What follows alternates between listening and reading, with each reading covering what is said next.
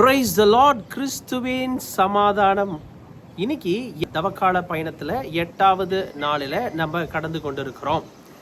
இன்னைக்கு தியானத்திற்குரிய இறைவசனம் மத்தேயு 7வது அதிகாரம் 12வது இறைவசனம். ஆகையால் பிறர் உங்களுக்கு செய்ய வேண்டுமென விரும்புவற்றை எல்லாம் நீங்களும் அவர்களுக்கு செய்யுங்கள். இறை வாக்குகளும் திருச்சட்டமும் கூறுவது இதுவே. Praise the lord. மற்றவங்கெல்லாம் நமக்கு என்ன செய்யணும்னு நம்ம விரும்புகிறோமோ அது எல்லாம் நம்ம பிறருக்கு செய்யணுமா. இதுதான் திருச்சட்டமும் கூறுதான். இயேசு கிறிஸ்து நம்ம கிட்ட எதை விரும்புகிறார் என்றால் நம்ம அவரையே சார்ந்து இருக்கணும், அவர் மீது நம்ம அன்பு வைத்திருக்கணும்னு இயேசு கிறிஸ்து விரும்பினாரா? அப்ப விரும்பின இயேசு கிறிஸ்து அதை நமக்கு செஞ்சார். நம்ம மீது வைத்த அளவு கடந்த அன்பின் நிமித்தம் தன்னுடைய உயிரையே அவர் கொடுக்கறதுக்கு முன்னுக்கு வந்துட்டார். இதை தான் அவர் பிறகு நம்ம கிட்ட எதிர்பார்க்கிறார். நம்மளும் அவர் மீது நம்பிக்கை வைக்கணும், அவர் மீது அளவு கடந்த அன்பு வைத்திருக்கணும் அப்படின்னு அவர் விரும்புகிறார். என் மனைவி என்கிட்ட எப்போ பார்த்தாலும் சண்டை போட்டுக்கிட்டே இருக்கிறா, அமைதியாக இருக்கணும் அப்படின்னு நான் எதிர்பார்க்கிறேன்னு வச்சுங்களேன். வசனத்தின்படி பார்க்க போனால் நான் அதை செஞ்சுருக்கணுமா, அப்போ தான் அவங்க அமைதியாக இருப்பாங்க. இது என் வாழ்க்கையில் நடந்த உண்மையான சம்பவமும் கூட. திருமணம் ஆன புதுசில் ரொம்ப சண்டை போட்டுக்கிட்டு இருப்போம். நானே ஆண்டவர்கிட்ட கேட்பேன், இது என்ன ஆண்டவரே, எல்லாத்தையும் கண்ட்ரோல் பண்ணுறேன், என் ஒய்ஃபை மட்டும் என்னால் கண்ட்ரோல் பண்ண முடியலையே அப்படின்னு. நான் 1 பேசுவேன், அவங்க 2 பேசுவாங்க, நான் 3 பேசுவாங்க, 4 பேசுவாங்க. இப்படி மாற்று கணக்கில் 2 பேரும் பேசிக்குவோம். ஏன்னா 2 பேத்துக்கு ஒரே வயது. அப்போ அதனால் இப்படி அடிச்சுக்கிறோமா அப்படின்னு தெரியல. பட் ஆனால் ஒரு சண்டை வந்துக்கிட்டே இருக்கும். அப்போ தான் நான் கேட்குறேன், ஆண்டவரே இப்படியே போயிட்டு இருந்த நிலைமை என்ன வருது, எப்படி ஆண்டவரே இதுக்கு ஒரு வழி இல்லையா, நான் எப்படி தான் அமைதியாக இருக்கணுமா அப்படிலாம் நான் ஆண்டவர்கிட்ட கேட்குறேன். ஆண்டவர் ஒரு பதில் கொடுத்தாரு பாருங்க, அமைதி தான் அவர் கொடுத்த பதில். அமைதியாக இருந்தார். அப்புறம் அமைதினா என்ன அர்த்தம், நான் அப்படி தான் இருக்கணும், அமைதியாக இருக்கணும் அப்படின்னு. அப்போ நான் அமைதியாக இருக்குது. அப்புறம் எனக்கு ஆரம்பத்தில் ரொம்ப அதிகமாக கத்துற பழக்கம் இருக்குது, ரொம்ப கத்துவேன். ஒரு விஷயத்தை சாதிக்கணும்னா அதிகமாக கத்தி பேசுவேன். அப்புறம் என்ன ஆயிடுச்சு, என்னோடய கத்துறதை நான் குறைக்க ஆரம்பிச்சிட்டேன். ஆண்டவர் எனக்கு அமைதியை கொடும், நான் அமைதியாக இருக்கிறேன், என்னை நான் மாற்றிக்கொள்கிறேன். என் மனைவி எப்போ பார்த்தாலும் என்னை திட்டிகிட்டே இருந்தாலும் பரவாயில்ல, அதை ஏற்றுக்கிறேன் அப்படின்னு சொல்லிட்டு திட்டத்துக்கு காரணம் நான் தான். அது பிற்பாடு தான் எனக்கு தெரியும். பட் ஆனால் அப்போ எனக்கு தெரியல. நான் என்ன நினச்சிட்டு இருக்கேன், அவங்க தான் ஒன்டட்டா என்னை திட்டிகிட்டு இருக்காங்க, ஒன்டட்டா என்னை அவமானப்படுத்துகிறாங்க அப்படின்னு நினச்சிக்குவேன். ஆனால் அதுக்கப்புறம் அந்த அமைதியில் நான் போன பிறகு ஒரு சாந்தமாக அவங்க ஏசினாலும் அப்படியே அமைதியாக இருப்பேன். அந்த அமைதிக்குள்ளே போன பிறகு தான் ஆண்டவர் கற்றுக் கொடுத்தாரு. அதுக்கப்புறம் என் மனைவி பேசுறதுன்னு பண்ணிட்டாங்க. அவங்க அமைதியில் வர ஆரம்பிச்சிட்டாங்க, பொறுமையாக பேசுவாங்க, கேட்பாங்க.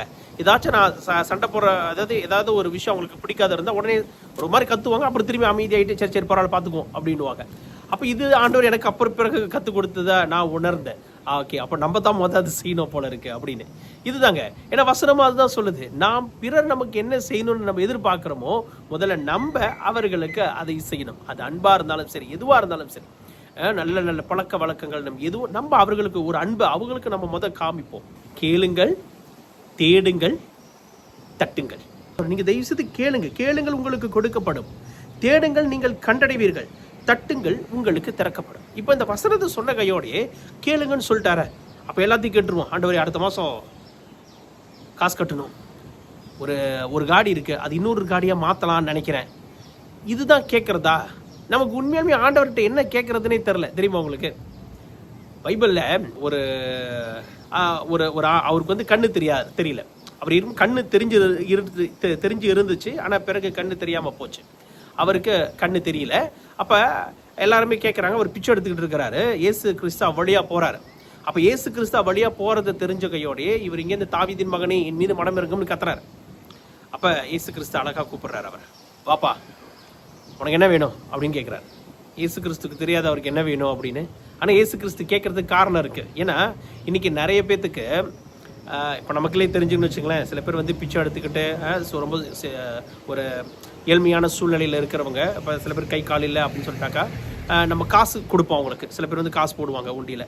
இல்லை சில பேர் இல்லை நான் காசு கொடுக்கல, உனக்கு சாப்பாடு வாங்கி கொடுக்குறேன்னு சொன்னால் இல்லை எனக்கு காசு தான் வேணும் அப்படின்னுவாங்க. சில பேர் சாப்பாடு தான் இல்லை வேண்டான்னு சொல்லிடுவாங்க. யாரோ ஒருத்தர் தான் ஓகே சாப்பாடு வேணும்னு சொல்லுவாங்க. அநேகர் காசு தான் கேட்பாங்க. இல்லை நான் காசுலாம் கொடுக்கல, நான் உனக்கு ஒரு ஹீலிங் கொடுக்குறேன், நான் எப்பயும் உனக்காக ஜிபிக்கிறேன், உனக்கு ஹீலிங் வரும் அப்படின்னாக்கா அவன் நம்மளுக்கு மேலே கீழே பார்ப்பாங்க. நான் காசு தானே கேட்டேன் அப்படின்னா, ஏன்னா அது ஒரு கம்ஃபர்ட் ஜோன். எனக்கு அந்த ஓகேயூ அப்படின்னாக்கா அவர்களுக்கு ஒரு சில சலுகைகள் எல்லாமே கிடைக்குது, அது அப்புறம் போயிடும். இது நான் எல்லாருமே அப்படின்னு நான் சொல்லலை, அநேகர் ஏன்னா அதில் ஒரு கம்ஃபர்ட் ஜோனில் இருக்கிறாங்க. இப்போ இவருக்கு அதனால தான் ஆண்டவர் கேட்குறாரு இவர்கிட்டயும், உனக்கு உண்மை என்ன வேணும்? ஏன்னா இவர் போகிற வரவங்கள்ட்ட எல்லாத்தையுமே என்ன கேட்குறாரு? காசு தான் கேட்குறாரு. ஏன்னா இயேசு கிறிஸ்துக்கிட்டே காசு இருக்குது. அதனால தான் அந்த காசை அந்த பாதுகாக்கிற பொறுப்பு வந்து யூதாஸ் இஸ்காரியோத்துக்கிட்ட கொடுத்து வச்சிருக்கிறாரு. அப்போ இவர்கிட்ட காசு இருக்குது. அப்போ தெளிவாக கேட்குறாரு, உனக்கு என்ன வேணும் அப்படின்னு. அவர் அழகாக சொல்கிறாரு, மற்றவங்கள்ட்டெல்லாம் காசு கேட்டார், இயேசு கிறிஸ்துக்கிட்ட காசு கேட்கல, நான் மீண்டும் பார்வை அடைய வேண்டும். இதை தான் கேட்குறேன். ஆக்சுவலி விஷயம் இது தாங்க. ஏன் சொல்கிறேன் அப்படின்னா, நாம் யாரிடம் எதை கேட்க வேண்டும் அப்படின்னு இருக்கு. எனக்கு வெல்த் வேணும், பணம் வேணும், அதில் ஊரில் நிறைய பேர் இருக்கிறாங்க. நல்ல பிஸ்னஸ் வரணும், அது கோச்சிங் கிளாஸ் கொடுக்கறதுக்கு நிறைய பேர் இருக்கிறாங்க. அங்கே போயிட்டு நீங்கள் கோச்சிங் பண்ணிவிட்டு உங்கள் பிஸ்னஸை நடத்தலாம். ஆனால் உண்மையாலுமே ஆண்டவரிடம் எதை கேட்க வேண்டும்? மண்ணுலகை சார்ந்ததை பற்றி கேட்குறோமா, விண்ணுலகை சார்ந்ததை பற்றி கேட்குறோமா? ஏன்னா இன்னைக்கு அந்த மத்தேயு நற்செய்தியில் 7வது அதிகாரம் 7-12 நம்ம படிக்கும் பொழுது, இதே வசனம் நீங்கள் லூக்கா நற்செய்தியில் படிக்கும் பொழுது அதில் தெளிவாக சொல்லப்பட்டிருக்குது, நீங்கள் தந்தையிடம் ஆவியானவரை அவர் நீங்கள் கேட்கும் பொழுது அவர் அதிகமாக ஆவியின் வல்லமைகளை உங்களுக்கு கொடுப்பார் அப்படின்னு. அப்போ ஆண்டவர் எதை நமக்கு கொடுக்க காத்திருக்கிறார் கேட்டால், ஆவியின் வல்லமைகள், பரிசுத்த ஆவியானவருடைய வழி நடத்துதல். ஆவியின் வல்லமை அப்படின்னா அதை வச்சு என்ன பண்ண முடியும்? அது ஆவியானவருடைய வழி நடத்துதல் இருந்தால் தாங்க எல்லாமே செய்ய முடியும். இன்னைக்கு ஆபிரகாம் ஆவியானவருடைய வல்லமை இருந்ததுனால தான் ஒரு ஊரை விட்டுட்டு விசுவாசத்தில் அங்கேருந்து கிளம்பி அப்படியே வராரு. எதை பற்றி யோசிக்கல. ஆனால் வந்தவரே ஆண்டவர் வெறுமனே விட்டு விடவே கிடையாது. அதே போல தான் ஐசேக்கா இருக்கட்டும், யாக்கூபா இருக்கட்டும், இன்னைக்கு பைபிளில் யார் வேணாலும் பாருங்களேன், ஆண்டவர் எல்லாத்துக்கும் கேட்டதுக்கு அதிகமாகவே கொடுத்துருவார். ஆனால் கொடுத்துட்டு எப்போதும் சொல்கிற வார்த்தை, எல்லாத்தையும் விட்டுட்டு வா அப்படின்னு தான் சொல்லுவார். நீங்கள் பைபிள் எல்லா இடத்துலையுமே பார்க்கலாம். பேதுருக்கு அளவுக்கு அதிகமான மீனை கொடுத்துட்டு விட்டுட்டு வா அப்படின்னுவார். சக்கையன்னு ஒருத்தர் மேலே ஏறி இருந்ததே அவ்வளோதான், இறங்கி வா நான் உன் வீட்டுக்கு வரணும்னு போனார். அவன் எல்லாத்தையும் கொடுத்துட்டான். இப்படி தான் ஆண்டவர் கொடுக்கறதுக்கு வல்லவராக இருக்கிறார். நம்ம அதை திருப்பி அவர் கொடுத்துடணும். என்ன அர்த்தம் தெரியுங்களா? நம்மளுடைய ஃபோக்கஸ் பணத்தின் மீதோ உலக காரியத்தின் மீதோ இருக்கக்கூடாது. கர்த்தர் மேலே இருக்கணும். அவருடைய ராஜ்யத்தை பார்க்கணும். அவருடைய வின்னர்ஸை பற்றி யோசிக்கணும். நீங்கள் அதில் ஃபோக்கஸ் வச்சு அதுக்கு எது தேவையானதை பற்றி இந்த மண்ணுலகத்தில் கேளுங்க, உங்களுக்கு இந்த உலகத்திலும் சேர்த்தும் கொடுக்கப்படும். இதை தான் இன்னைக்கு எஸ்தர் முதல் வாசகத்தில் எஸ்தர் அழகாக கேட்பாங்க. அவர் எஸ்தர் கேட்கும் போது இஸ்ரேல் மக்கள் ஒரு அழிவு விளிம்பில் இருக்கிறாங்க. ஒரு சொல்ல முடியாத துயரம், ஒரு சாவுக்குரிய நேரத்தில் இருக்கிறாங்க. மொர்தெகாய் வழியாக ஒரு செய்தி வந்து எஸ்தர் அரசிக்கு கிடைக்குது. அந்த இஸ்ரேல் ஜனங்களை அழிக்கிறதுக்கு ஒரு பெரிய சதி திட்டம் ஒன்று நடக்குது. இது எப்படியாச்சும் அரசர்கிட்ட விவேகமாக கொண்டு போய் இந்த மக்களை மீட்டெடுக்கிற பொறுப்பு இப்போ அரசிக்கு இருக்கு. அப்போ அந்த அரசிக்கு இருக்கிறப்ப அந்த அரசி வேண்டுகிற ஒரு ஜெபம் அழகால இருக்கு. எஸ்தருடைய இந்த இன்னொரு எடிஷனில் இருக்கு, கிரீக்க மொழிபெயர்ப்பில் இருக்கு. என் ஆண்டவரே, நீர் மட்டுமே எங்கள் மன்னர். எஸ்தர் இந்த 3 விஷயம் இருக்குல்ல, ஆஸ்க், சீக், நாக், இது 3யுமே அந்த இடத்துல எஸ்தர் பயன்படுத்துவாங்க. கேட்குறாங்க. எப்படி கேட்குறாங்க? எங்கள் மீது மனம் இறங்குங்க, உதவி செய்யுங்க அப்படின்னு கேட்குறாங்க. வாயை திறந்து கேட்குறாங்க, எனக்கு உதவி செய்யுங்க. ஆண்டவர்கிட்ட நம்ம இதை தான் கேட்கணும், எனக்கு உதவி செய்யுங்க ஆண்டவரே, நான் வலுவற்றவனாக இருக்கிறேன், எனக்கு இந்த இடத்துல நான் பலவீனமாக இருக்கிறேன், இந்த இடத்துல நான் பலவீனம் சோர்ந்து போயிருக்கிறேன், எனக்கு உதவி செய்யுங்க. உதவியை ஆண்டவர்கிட்ட கேட்குறோம். 2வது சீக், தேடுங்கள். அவங்க எங்கே தெரியுங்களா தேடுறாங்க? அந்த பின்னால் ஒரு வசனங்கள் இருக்கும், நீர் எல்லா இனங்களிலிருந்தும் இஸ்ரேலை தேர்ந்தெடுத்தீர் என்றும் அவர்களின் மூதாதையர் அனைவரிடத்திலுமிருந்தும் எங்கள் முன்னோரை என்றென்றைக்கும் தம் உரிமை சொத்தாக தேர்ந்தெடுத்தீர் என்றும் அப்படின்னு சொல்லிட்டு தன்னுடைய மூதாதையர்களுக்கு கடவுள் செய்த அற்புதங்களை நினைவுபடுத்தி சொல்றாங்க. சீக், தேடுறாங்க. இதெல்லாம் எந்தெந்த இடத்துல ஆண்டவர் எங்களுக்கு அற்புதம் செஞ்சிருக்கிறார், அந்த அந்த எவிடன்ஸ் தேடுறாங்க. என் வாழ்க்கையில், நான் உங்கள் வாழ்க்கையில் ஆண்டவர் அநேக இடத்துல அற்புதம் செஞ்சுருக்கிறாருல்ல, அற்புதங்கள் அடையாளங்களை செஞ்சுருக்கிறாரு. இன்னைக்கு இத்தனை வயசு வரைக்கும் உங்கள் முன்னுக்கு நிற்க வச்சிருக்கிறாரு. இந்த உலகத்தில் எந்த இடத்துல அவமானப்படாதபடியாக கர்த்தர் இன்னும் உயர்த்தி வச்சிருக்கிறாரு. அந்த நாட்கள் எல்லாம் நம்ம மறந்து போயிடும். அதனால தான் துன்ப நேரத்தில் நம்ம இதெல்லாம் மறந்துட்டு அவிசுவாசத்தோட ஆண்டவர்கிட்ட கேட்டுட்டு இருக்கிறோம். ஒரு இடத்துல கூட நம்மளை தாழ்ந்து போக விட்டதே இல்லையே. இது முன்னுக்கு கொஞ்சம் யோசிச்சு பாருங்க, எப்படிலாம் ஆண்டவர் நம்மளை உயர்த்தி வச்சிருக்கிறாங்க, எவ்வளோ பெரிய சூழ்நிலையில கூட நம்மளை விடுவிச்சு கூட்டிட்டு வந்திருக்கிறாங்க. அதை நினைத்து பாருங்க. சீக், அதை நோண்டி நோண்டி தேடுங்க. அந்த இடத்துல இருக்கிறாரு ஆண்டவர் செய்த அற்புதங்கள் அந்த இடத்துல இருக்கு. அதை நினைவுபடுத்துங்க. தட்டுங்க, தன்னை முழுமையாக ஒப்பு கொடுத்து தட்டுங்க ஆண்டவர்கிட்ட. எப்படி தெரியுமா? கதவை தட்டணும்னா எப்படி தெரியுமா? ஒரு அந்த ஃபுல் ஃபாஸ், எனக்குள்ள ஒரு ஃபுல் ஃபாஸ் இருக்கணும். இதில் எஸ்தர் அரசி எப்படின்னா தன் உடல் மேல் அலங்கரிப்பு எல்லாத்தையும் போட்டுட்டு அவங்க சொல்கிறாங்க, நான் முழுமையாக ஆண்டவரிடம் தஞ்சம் புகுந்தேன். தஞ்சம்னு என்ன அர்த்தம் தெரியுங்களா? இந்த உலகத்தில் யாருமே எனக்கு உதவி செய்ய முடியாது, நான் தஞ்சம் புகிறேன். இன்னைக்கு நிறைய பேரோட ஜபம் எப்படி இருக்குது, ஆண்டவர்கிட்ட கேட்டுட்டு அப்புறம் உலகத்தில் உள்ள மனிதர்கள்ட்ட போய் நோண்டிகிட்டு இருப்போம். நான் உங்களை தாங்க நம்பி இருக்கிறேன், உங்களை தாங்க நம்பி இருக்கிறேன், மழை போல நம்பி இருக்கிறேன்னு சொல்லுவாங்க. இல்லை, மழை போல கர்த்தரை நம்புங்க. மனிதர்களை ஆண்டவர் அனுப்பி வச்சிருவார்.